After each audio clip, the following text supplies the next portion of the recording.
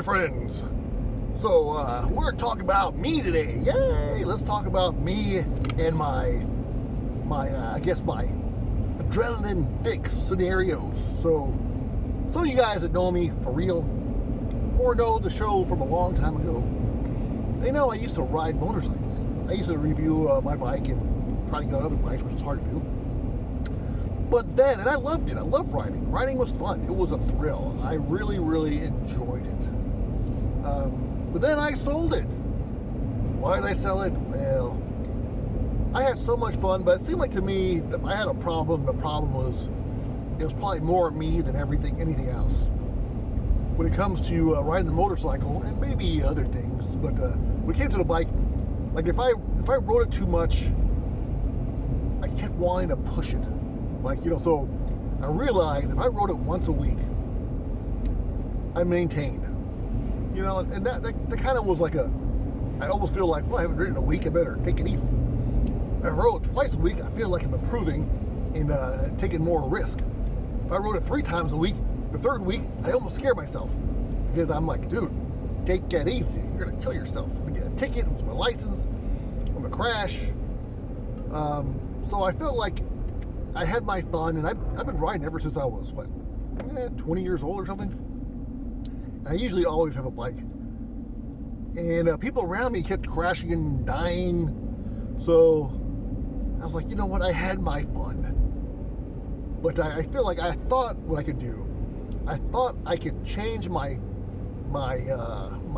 rush from a motorcycle to a sporty-ish car. So I bought the Scion TC. It wasn't the sportiest car in the world, but it handled really well. It was fast compared to most normal cars. It was quick and it handled well, and it was really precise. It was fun. It was a fun car. I didn't really bond with it, and I don't feel like I got the rush as I did with the motorcycle. So I feel like I was a little empty inside. I needed something else. And not only that, to get a rush from a motorcycle or a car, you gotta kind of break the speed limit. You gotta have to drive or ride kind of hard, fast, take turns fast. And it's kind of the same problem where I still was always worried about getting a ticket or losing my license or something. So that was another downer of a sportier car. So then I went with the Jeep here, at the Jeep Liberty. And with the Liberty, which is really nice about a four-wheeler, 4x4, is when you use it as a commuter, it pretty much cruises and you're fine. You don't feel the need for speed, which is fine because it's not designed for it. It doesn't handle well as fast, but it's still a very satisfying, comfortable ride. So, but then if you do have a need, an itch for a little bit of an adrenaline rush, then you find yourself a trail or a road, or you got like parks, I guess we'd call it, or you have like your local trails and I guess fire roads, or just, I don't know, anywhere where there's dirt potentially. Well, let me make this turn real quick. This guy cut me off. How dare you? Stay in your lane. All right, so I'll show you. All right, anyhow, so you can potentially, if you live, unless you live like in a city, like you live in New York, you're kind of screwed, but even like in California, there's lots of great places in California. It's usually not close to your house. You gotta drive a little bit. But out here, where I'm at, unfortunately, there's really no legal places to go off-roading, but there's other places that it might be questionable. And you're probably technically not supposed to go into some of these areas. Not saying that I would do that, but if you did, you got 2 kinds of rush. You got kind of a rush for maybe being somewhere you're not supposed to be, and 2, you're going off-roading and you're pushing your limit, you're learning some skills, you're getting stuck, and you get kind of a little bit of a rush out of it. So it seems to me that I'm really, really satisfied with the Jeep Liberty. And my decision to go with a 4-wheel drive to get my adrenaline rush to kind of, and I'm not, as of right now, I don't want to say I'm a total rookie when it comes to 4-wheeling. I used to 4-wheel in California, not a whole lot, but it had Suzuki Samurai, and that thing was amazing to do. anything a Jeep could do. It was really, people would be blown away by the Suzuki Samurai. The little motor, it had bigger tires, it lifted a little bit. That thing went everywhere. You couldn't kill it either until it died. And then I had other four-wheelers, but I probably didn't do all that much four-wheeling just because it wasn't really too convenient for me in California. And I feel like, tell you the truth, that the most off-roading experience I got is not even from a four-wheeler, but a box truck. Say, what? Yeah, I used to work for a construction company.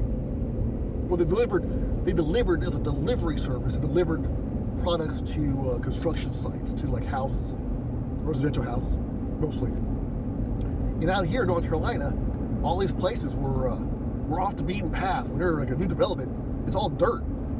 And I used to, like, you have to go off-roading in the dirt with a box truck.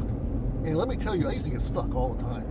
So, and I always had fun. It was a blast using the box truck to go off-road. And I always was like, I should have had a four-wheeler. I'll have to come back here with a Jeep or something and really explore.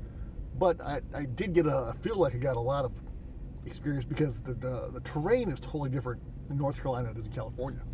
California is very dry. Over here is very muddy. California's real rocky. It's rocky here too, though, come to think of it, but it's got a lot of mud, and I didn't have to deal with this mud thing. So that's all. The mud is new to me. I'll tell you that right now. Mud is new. Climbing up grades and down grades and going down trails, that's not so new. But it's been a while. So Liberty is very capable. I had issues in the beginning with the ground clearance, but I got the little 2-inch lift in the front, which turned out to be in the end about 2.5, almost 3. I haven't got a lift in the back, but as of right now, I haven't had an issue with the rear. So, but I probably will eventually lift it up, maybe an inch, make it a little more flat. So that's a little bit about me, and a little bit about why I decided, or how I ended up doing four-wheeling, or 4x4. Is it four-wheeling, like the little ATV things? Scared. Anyways. Where do I want to go with the channel, you ask? Oh, good question. That's a good question. Let me answer that. Well, ultimately, I see all these, I love watching YouTube as well. And I watch all these guys doing some extreme four-wheeling, and of course, they mostly have Jeeps, Jeep Wranglers. And they go extreme. They go extreme with these big boulders, and they're climbing up these crazy obstacles and stuff. And it does seem interesting. Now, I don't really have a desire to push a vehicle that hard. I really kind of feel like my heart, where the direction I want to go into is really exploring. So basically, yeah, I'll go down trails and there'll be obstacles, but I think the goal is to go see like these really scenic areas that's, it's hard to get to on the beaten path. Because it seems like when you go off-roading, you go hiking or mountain biking or whatever, you get the best views and the best scenery when you're out and about in nature.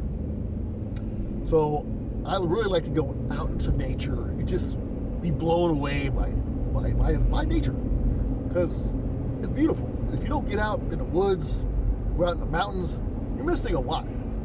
They got some beautiful mountains over here in Asheville. You get the Appalachian Mountains. They're gorgeous. So there's a lot to see in the world, and I want to see as much as I can. So ultimately, the ultimate click my heels and make a wish is, or goal, would be that I would do well enough on YouTube where I could quit my job and just travel around and do YouTube videos on places that I go, and we could, it would be like a, Paul's Adventure, just, so I'll just go different places. I want to get like a book which has like 101 best places, must-sees, most beautiful places in the United States, and do that first. That would be, that's my first real big goal. That would be where I'd want to take my channel, to find out the most beautiful places in the United States, like natural places, or even not natural, whatever, and go check it out and do videos on those 100 spots. So that is my ultimate goal for now, but it could switch, it could change. I kind of go with the flow, see what works, what doesn't work, but that's where I'd really like to see the channel go. What do you think? What's a must-see? What's a must-see in North Carolina? It's close. Right now I'm working, it's hard to get out, and I got family and all that, so it's really hard for me to get places. So, but what's out here in North Carolina? That'll be the first step. If you know any place, let me know. Thanks for watching. Hit subscribe. That'll help the channel grow. And make a comment. That helps as well.